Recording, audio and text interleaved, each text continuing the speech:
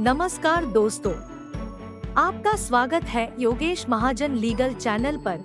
योगेश महाजन legal channel पर हम आपको प्रस्तुत करेंगे नवीनतम सुप्रीम कोर्ट के फैसलों और विभिन्न अन्य न्यायालयों के फैसलों पर और विधि ज्ञान को प्रसारित करने का प्रयास करेंगे। इस चैनल पर हम न्यायिक फैसलों के महत्व को समझाने और विधि समझौतों की युक्तियों को समझाने का प्रयास करते हैं। हमारा मकसद है कानून और न्याय के क्षेत्र में ज्ञान को आपके पास पहुंचाना, तो कृपया हमारे चैनल को सब्सक्राइब करें, घंटी आइकन दबाएं, वीडियो को लाइक और शेयर करें। दोस्तों, उम्मीद है आपने मेरा ये पार्ट 1 का जो वीडियो था, जो स्पेशल लीव पिटीशन जो फाइल की जाती है, उसका आपने जरूर देखा होगा। अगर आपने नहीं देखा है तो मैं इसके लिए एक पूरी प्लेलिस्ट है वो बना दूंगा ताकि वीडियोस मिलने में आसानी हो।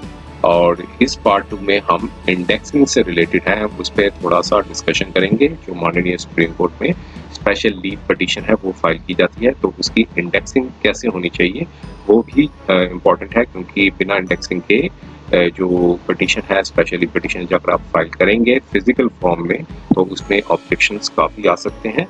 तो इंडेक्सिंग से आपको एक फेयर आइडिया हो जाता है कि किस तरीके से स्पेशल लीव पिटीशन है वो फाइल की जाती है। और खासकर जो पिटिशनर इन पर्सन्स हैं या फिर पार्टी इन पर्सन्स हैं, वो अपना जो केस खुद फाइल करते हैं, खुद फाइट करते हैं माननीय सुप्रीम कोर्ट में, तो उनके लिए काफ़ी ये वीडियो हेल्पफुल हो सकता है। और इसके लिए जानने के लिए पूरे एंड तक इस वीडियो को जरूर देखिए। और इसकी जो प्लेलिस्ट है वो प्रेजेंट के तैयार हो जाएगी, उसमें आप सारे महत्वपूर्ण जानकारी है जो स्पेशली पिटीशन से रिलेटेड है वो हम उसको कवर करेंगे। और जैसे कि आपको पता है कि माननीय सुप्रीम कोर्ट में सिर्फ 2 पर्सन ही केस फाइल कर सकते हैं। पहले जो एडवोकेट ऑन रिकॉर्ड हैं, दूसरे जो पार्टी इन पर्सन हैं, जो पिटिशनर इन पर्सन है, वो ही सिर्फ केस है वो अपना फाइल कर सकते हैं। जो एडवोकेट्स हैं, जो एडवोकेट ऑन रिकॉर्ड में नहीं है, जो एडवोकेट्स हैं वो भी केस फाइल कर सकते हैं, लेकिन only through advocate on records के मीन्स उनको एक लेना पड़ेगा, उनको हायर करना पड़ेगा, जो उनकी सर्विसेज अवेल करनी पड़ेगी। तो माननीय सुप्रीम कोर्ट जो है वो सिर्फ एडवोकेट ऑन रिकॉर्ड्स को ही रिकॉग्नाइज करता है, और जितने भी नोटिस हैं वो एडवोकेट्स ऑन रिकॉर्ड्स को के पास ही भेजे जाते हैं। तो इस वीडियो में हम जो चर्चा करेंगे, डिस्कशन करेंगे इंडेक्स से रिलेटेड, कि जो स्पेशली पिटीशन जिसका पिछले वीडियो में हमने डिस्कस किया था, जो स्पेशली पिटीशन अगर आप फाइल करते हैं तो फॉर्म नंबर 28 में जो किस तरीके से स्पेशली पिटीशन है फॉर्मेट किया था, उस पर हमने डिस्कशन किया था। इस वीडियो पे हम जो है वो इंडेक्स से रिलेटेड है उस पर डिस्कस करेंगे। और इस जो इंडेक्स है वो जो पार्टी इन पर्सन्स के लिए बनाया गया है ये, और एडवोकेट्स के लिए भी ये काफ़ी हेल्पफुल है, लेकिन जो पार्टी इन पर्सन्स है उसके लिए हेल्पफुल है। क्यों है वो आइए हम इस वीडियो में हम डिस्कशन करते हैं। देखिए, जब भी आप इंडेक्स बनाते हैं तो इसको 3 कॉलम्स में डिवाइड करना होगा। पहला जो सीरियल नंबर होगा, दूसरे पर्टिकुलर्स होंगे, तीसरा पेज नंबर्स होगा। और जब भी स्पेशली पिटीशन फाइल करेंगे तो पहले जो सबसे ऊपर जो कवर लगाना होगा वो होगा ऑफिस रिपोर्ट ऑन लिमिटेशन। जैसा कि आपको पता है कि स्पेशली पिटीशन की एक लिमिट होती है। अगर जब आपकी सर्टिफाइड कॉपी प्रिपेयर हो जाती है, उस date of application of certified copy जब आपने फाइल की है, और जो सर्टिफाइड कॉपी का जो इम्पिंज्ड ऑर्डर जो है वो प्रिपेयर हो जाता है, सिर्फ वो उसी डेज को डिलीट किया जाता है, लेकिन जब ऑर्डर प्रोनाउंस कर दिया जाता है वहीं से आपका जो लिमिटेशन है वो काउंट किया जाता है। तो जो भी स्पेशली पिटीशन है, चाहे सिविल की हो चाहे क्रिमिनल की हो, उसका एक लिमिटेशन है वो है 90 डेज। 90 डेज के अंदर ही आपको जो है स्पेशली पिटीशन है वो फाइल कर सकते हैं। अगर स्पेशली पिटीशन का अगर जो लिमिटेशन से बाहर चली जाती है तो इसके लिए आपको एक सेपरेट एप्लीकेशन लगानी पड़ेगी, लेकिन ऑफिस रिपोर्ट ऑन लिमिटेशन भी आपको एक फॉर्मेट होता है वो फाइल करना पड़ेगा। इसके लिए हम एक अलग वीडियो बनाएंगे, क्योंकि लिमिटेशन का जो फॉर्मेट कैसा होता है उसके लिए हम अलग बताएंगे, क्योंकि इसमें सिर्फ हम इंडेक्सिंग तक ही सीमित रहेंगे। जब भी आप ऑफिस रिपोर्ट और लिमिटेशन लगाएंगे वो एक ग्रीन कलर का एक जो सुप्रीम कोर्ट के जो स्टेशनरीज की जो शॉप्स हैं वहाँ से अवेलेबल हो जाता है, तो आप वो ले सकते हैं ग्रीन कलर का। और अगर मीन्स अगर लिमिटेशन से बाहर है तो आप ग्रीन कलर बाकी सब जगह जो है वो मीन्स पिटीशन का जो फॉर्म है वो लगाएंगे 90 डेज से अगर अबव चला गया। अदरवाइज अगर लिमिटेशन के अंदर ही है, अगर आपने कंडोनेशन ऑफ डिले की एप्लीकेशन नहीं फाइल की है और अगर लिमिटेशन के अंदर है तो आपको सिर्फ मेन कॉपी के साथ एक ग्रीन कलर का जो फॉर्मेट है वो लगाना होगा, बाकी सबके साथ आप व्हाइट कलर का भी फोटोकॉपी भी फाइल कर सकते हैं। तो इसके लिए ज़्यादा डिटेल्स के लिए आप रजिस्ट्री से जरूर कंसल्ट कर लीजिएगा, जो फाइलिंग काउंटर होता है माननीय सुप्रीम कोर्ट का, उससे डिस्कस मेरे एक बार जरूर देख लीजिएगा, क्योंकि कोई भी अपडेट होगा तो वहीं से आपको ज़्यादा अच्छे से पता चल पाएगा। यहाँ पर सिर्फ बेसिक इन्फॉर्मेशन देने तक ही सीमित रखेंगे इस वीडियो में। तो ये ऑफिस रिपोर्ट ऑन लिमिटेशन है, ये आपको जरूर फाइल करना है। और लेकिन जब इसकी जो नंबरिंग है वो आप 1 से नहीं स्टार्ट कर सकते, क्योंकि यहाँ पर सुप्रीम कोर्ट के अंदर बता रखा है कि मीन्स रजिस्ट्रीज को जो प्रैक्टिस डायरेक्शंस है उसमें ये बता रखा है कि जो भी ऑफिस रिपोर्ट और लिमिटेशन होगा उसका जो नंबर होगा वो ए ही माना जाएगा। इसके अलावा अगर आप कुछ नंबर लगाएंगे तो वो ऑब्जेक्शन की ग्रेड में आ जाएगा, तो आपको सारी नंबरिंग चेंज करनी पड़ेगी। तो इसलिए आप जब भी ऑफिस रिपोर्ट और लिमिटेशन लगाएंगे तो उसका नंबर जो है ए ही मानेंगे। अब फिर उसके बाद आता है लिस्टिंग परफॉर्मा। लिस्टिंग परफॉर्मा भी आपको फाइल करना होगा। ये लिस्टिंग परफॉर्मा भी अलग से आपको स्टेशनरी की शॉप से अवेलेबल होगा, सिर्फ जो सुप्रीम कोर्ट के अंदर जो रिकॉग्नाइज्ड स्टेशनरी शॉप्स हैं, या फिर जो लॉयर्स चैम्बर्स, जो न्यू लॉयर चैम्बर बना हुआ है वहाँ से, जो ओल्ड लॉयर चैम्बर्स हैं वहाँ पे कुछ स्टेशनरी की शॉप्स हैं जो बेचती हैं, मीन्स सेल करती हैं, और तो वो आप 1 रुपीज़ के आसपास का होता है, तो आप ले सकते हैं लिस्टिंग परफॉर्मा का। इसके लिए अगर आप वेबसाइट में अगर अवेलेबल है तो आप वेबसाइट को भी आप देख सकते हैं। मैं इसके लिए अलग से एक वीडियो बना दूंगा, और PDF फॉर्म में किस तरीके से होता है उसको भी आप देख सकते हैं। और ये लिस्टिंग परफॉर्मा का सिर्फ 2 पेज का होता है लिस्टिंग परफॉर्मा, और अगर आप टाइप करना चाहें तो आप टाइप भी कर सकते हैं, लेकिन जो A1 और A2 नंबर से ही आपको इसको मार्क करना होगा। आप इसको BCD नहीं लगा सकते, नहीं तो फिर रजिस्ट्री है इस पे भी आपको ऊपर ऑब्जेक्शन लगा देगी। लिस्टिंग परफॉर्मा के जो डिटेल्स हैं उसके लिए अलग से वीडियो बनाएंगे, किस तरीके से फाइल फिल करना होता है। तो वो ये सब आप स्पेशली पिटीशन की जो प्ले सीरीज है उसमें आप ये सब कुछ आप लोकेट कर पाएंगे आने वाले टाइम में। अगर रिस्पॉन्स अच्छा होगा तो इसके लिए रिलेटेड हम और भी वीडियोस बनाएंगे। तो अब अगला थर्ड पॉइंट आता है, वो होता है synopsis and list of dates. तो जैसे कि हम जानते हैं कि जो माननीय सुप्रीम कोर्ट है वो एक कोर्ट ऑफ लॉ है, कोर्ट ऑफ फैक्ट्स नहीं है। लेकिन जो जितने भी डिटेल फैक्ट्स हैं, मीन्स जहाँ से कॉज ऑफ एक्शन स्टार्ट हुआ था, जो भी हिस्ट्री थी, जो भी आप स्नॉप में डिटेल्स के बारे में मेंशन करना चाहते हैं वो आपको लिस्ट ऑफ डेट्स के साथ ही मेंशन करना होगा। तो synopsis and list of dates के ऊपर भी हम अलग से वीडियो बना देंगे किस तरीके से फाइल करना होता है। तो ये आपको जो नंबरिंग जो देनी है, अगर जो फर्स्ट टाइम जो फाइल कर रहे हैं उनके लिए हेल्पफुल हो सकते हैं आने वाले समय में जो वीडियोस बनाएंगे। और अगर जो है मीन्स जो ऑलरेडी कई केस फाइल कर चुके हैं तो उनके लिए कोई दिक्कत नहीं आती है। तो synopsis and list of dates का जो नंबरिंग है वो B से स्टार्ट होता है। मान लो जो सिनॉप्सिस है, क्योंकि दिल्ली हाई कोर्ट में सिनॉप्सिस और लिस्ट ऑफ डेट्स की जो लिमिट है वो 5 पेज तक की रखी है। तो माननीय सुप्रीम कोर्ट के इसके लिए कोई लिमिट नहीं है। अगर काफ़ी मीन्स फिर 30-40 पेजेस अगर आपकी चली जाती है तो इसके लिए अलग से आपको एक एप्लीकेशन लगानी पड़ेगी कि with permission to file, application to permission to file lengthy list of dates and events, तभी आप वो फाइल कर सकते हैं। अगर मान लो 7-8 पेज की या 10 पेज तक की है तो वो B से लेकर जो भी नंबरिंग है अल्फाबेटिकली तक का वो फाइल कर सकते हैं। B से लेकर अगर मान लो Z से भी आगे क्रॉस हो जाता है फिर ZA, ZB, ZC, ZD, ZF, E, ZF, Z जो भी नंबरिंग है कॉन्सिक्यूटिवली वो फाइल करना है। लेकिन नंबरिंग जो है वो B से ही स्टार्ट होगी, और जो जहां तक भी जाती है वो आपको देखना कितने तक आपकी सिनॉप्सिस होगी और लिस्ट ऑफ डेट्स क्या होगी।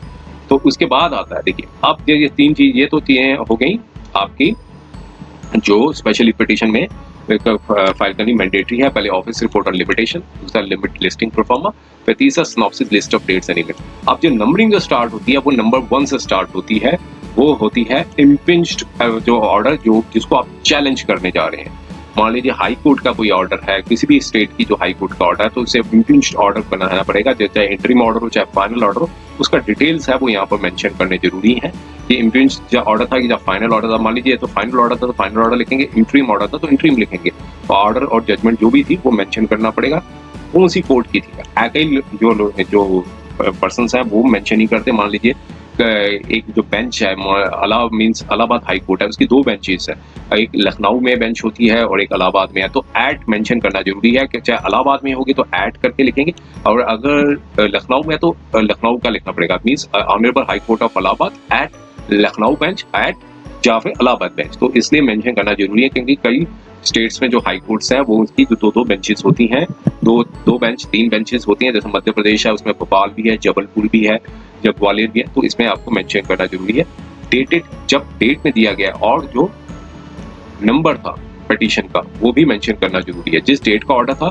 नहीं तो अगर आप डेट नहीं सिर्फ ये लिख देते हैं impugned order, final order, judgement of honourable high court of at so and so, date नहीं मेंशन करते तो इस पर भी ऑब्जेक्शन लग जाएगा। और रिट पिटीशन जो भी है, चाहे मिसलेनियस पिटीशन थी, चाहे रिट पिटीशन थी, चाहे कोई भी पिटीशन थी, तो चाहे फर्स्ट अपील थी, कुछ भी थी, तो उसके आपको डिटेल्स हैं यहाँ पर मेंशन करने हैं। और यहाँ पर नंबरिंग आएगी 1 से लेकर जो भी नंबर है, मान लीजिए 4 पेज तक का, तो 4 पेज तक की आपको नंबरिंग लगानी होगी। विद मेमो ऑफ पार्टीज का भी उसमें होना जरूरी है, क्योंकि फाइनल ऑर्डर्स जो है वो जनरली जो जजमेंट, अगर आप इम्पिंज जजमेंट फाइल करते हैं तो उसी में जो कोर्ट्स हैं, कई हाई कोर्ट्स हैं, वो मेमो पार्टी सर्टिफाइड कॉपीज भी मेमो पार्टीज की दे देती हैं। तो इसलिए वो जो भी जजमेंट होगी, वो पहली जो होगी वो डिटेल्स ऑफ द पार्टीज होगी, दूसरी जो होगी वो जो ऑर्डर था, जो जजमेंट आई थी, वो सारा मेंशन करना होगा जितने भी पेजेस की होती है। तो इसमें memo of separate memo of party जो है, जैसे हाई कोर्ट्स में फाइल की जाती है, यहाँ नहीं फाइल करने की जरूरत है। यहाँ पर अगर आप मेमो से पार्टी को फाइल करेंगे वो भी रजिस्ट्री ऑब्जेक्शन में लगा देगी, सिर्फ आपको इम्पिंज्ड फाइनल ऑर्डर लगाना है। उसमें जो मेमो पार्टी तो हाई कोर्ट में जो आपने मेमो पार्टी थी वही यहाँ पर एक्सेप्ट की जाएगी जो आपने फाइल की। बाकी तो सब स्पेशली पिटीशन में ही सारा कवर होगा, जैसे डिटेल था वो हमने इसके लिए अलग से वीडियो बना दिया था कि पोजीशन ऑफ पार्टीज क्या था, क्या नहीं, मतलब नंबर 1 2 3 था, तो सारा आपको मेंशन करना पड़ेगा। स्पेशली पिटीशन जो आप फाइल करेंगे विद एफिडेविट, आपको एफिडेविट भी साथ अटैच करना जरूरी है। और स्पेशली पिटीशन जब फाइल करेंगे उसके साथ एक सर्टिफिकेट भी लगाना पड़ता है और साथ में एक एफिडेविट भी होता है। इसके लिए सर्टिफिकेट में क्या लिखना है, एफिडेविट क्या करना है, उसके लिए हम आने वाले समय में एक वीडियो बनाएंगे, उसमें आप देख सकेंगे। तो special leave petition with affidavit है, उसके साथ आपको फाइल करना है। अब जब स्पेशली और जितने भी एनेक्शंस हैं उसकी आप क्रोनोलॉजिकल ऑर्डर्स में आप एनेक्शंस लगाइए, जो भी आप एनेक्शंस जो है वो फाइल करना चाहते हैं। और लेकिन जो कोशिश कीजिए टाइप्ड कॉपीज, फेयर जो लेजिबल टाइप्ड कॉपीज हैं वो ही फाइल कीजिए जो एनेक्शंस में जो फाइल की जाती हैं। तो टाइप्ड कॉपीज के अलावा जो है रजिस्ट्री है वो एक्सेप्ट नहीं करती है, तो इसलिए जो भी हो एनेक्शंस है वो आप टाइप्ड कॉपीज ही फाइल करें। और अगर वर्नाकुलर लैंग्वेज में, दूसरी रीजनल लैंग्वेजेस में कुछ ऑर्डर्स हैं जहाँ एनेक्शंस हैं, तो उसको ट्रांसलेट जरूर कराइए। इंग्लिश ट्रांसलेशन ही एक्सेप्ट है। और अगर कोई ऑफिशियल ट्रांसलेटर, अगर जो रेकॉग्नाइज्ड ट्रांसलेटर जो सुप्रीम कोर्ट ने नॉमिनेट, जो रजिस्ट्री से आपको कंसल्ट करना होगा, अगर नहीं है तो उसके लिए आपको एक एप्लीकेशन लगानी पड़ेगी, application for the exemption to file the official translation की कॉपी जो है वो आपको एक एप्लीकेशन साथ फाइल करनी होगी। अगर खुद टाइप किया हुआ है आपने और खुद ही आपने ट्रांसलेट किया है, तो इसलिए आपको वो सारी की सारी जो है इंग्लिश ट्रांसलेटेड कॉपीज ही आपको, और टाइप्ड कॉपीज है वो फाइल करनी होगी, विद एप्लीकेशन की साथ जरूर लगाना है। अब पहले वर्ड पॉली यूज होता था, लेकिन अब जो वर्ड है पॉली यूज नहीं होता, इसलिए आपको सेपरेट अनेक्शर जो है वो देना पड़ेगा। तो इसलिए जो पॉली वर्ड है वो आप यहाँ पर माननीय सुप्रीम कोर्ट जो है वो रिकॉग्नाइज नहीं करती है पॉली वर्ड को। और इसके अगर मान लीजिए कई बार क्या होता था कि एक पिटीशन फाइल की या कोई आपने आरटीआई फाइल की, तो उसका जो रिप्लाई आया तो उसको पार्ट 1 पार्ट 2 में पॉली करके दे देते थे, लेकिन अब पॉली वर्ड जो है वो रिकॉग्नाइज नहीं किया जाता, तो इसलिए पॉली वर्ड को काट दिया गया है। और फिर उसके बाद एनेक्शर 5, 6, 7 जितने भी एनेक्शर्स हैं सब क्रोनोलॉजिकल ऑर्डर में लगाने। और इसके बाद सारे एनेक्शर जब खत्म हो जाते हैं तो उसके बाद आपको एप्लीकेशन जो है, जो भी आप जैसे जो कुछ रिलीफ्स ले रहे हैं, जब कोई इंटरलोकेटरी एप्लीकेशन है वो फाइल करनी होगी। जैसे कोई कंडोनेशन ऑफ डिले है तो कंडोनेशन ऑफ डिले की एप्लीकेशन फाइल करनी होगी, application for the condonation of delay, या फिर permission to file lengthy synopsis and list and dates उसकी एप्लीकेशन फाइल करनी होगी। तो इंटरलोकेटरी जितनी भी जो भी एप्लीकेशन है वो सबको आपको लगानी होगी।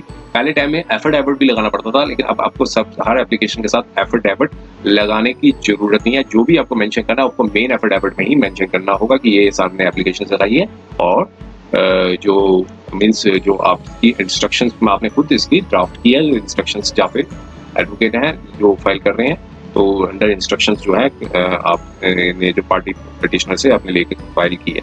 और ये सब एप्लीकेशंस फाइल करने के बाद आपको अगर कई बार application for the permission to file the specially petition है वो भी आपको साथ फाइल कर सकते हैं। अगर आप कहीं भी पार्टी नहीं थे किसी केस में, लेकिन आपको लगता है कि ये कॉमन इंटरेस्ट के लिए है, तो उसके लिए भी आपको एक एप्लीकेशन जो है परमिशन लेनी जरूरी है हर चीज़ की। और अगर आप पार्टी इन पर्सन है तो एक बिना इसके आपकी रजिस्ट्री एक्सेप्ट नहीं करेगी, तो इसलिए आपको application seeking permission to file appear and argue the matter for himself as a petitioner in person, तो ये एप्लीकेशन जो है आपको जरूर फाइल करनी है। अगर आप नहीं फाइल करेंगे तो रजिस्ट्री आपको इंजेक्शन लगाएगी। तो इसका फॉर्मेट क्या है मैं आने वाले वीडियोस में जरूर बता दूंगा। और अगर एडवोकेट्स की फाइल करें, उनकी एप्लीकेशन फाइल करने की कोई आवश्यकता नहीं है अगर एडवोकेट है तो।